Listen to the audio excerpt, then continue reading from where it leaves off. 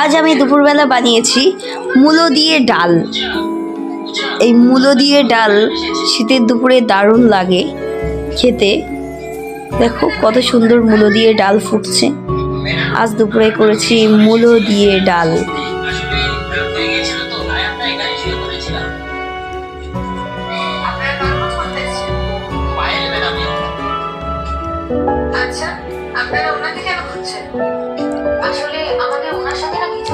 আর সাথে ছিল ভাজা, সব রকমের সবজি, ফুলকপি, আলু, গাজর, সিম একসঙ্গে সব ভাজা।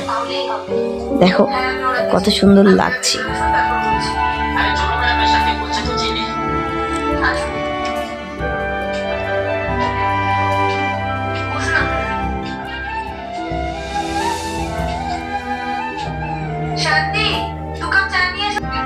দেখো এই ভাজাটা হয়ে যাবে। আর সাথে 2 পিস বেগুন ভাজা করেছি। Tata bye.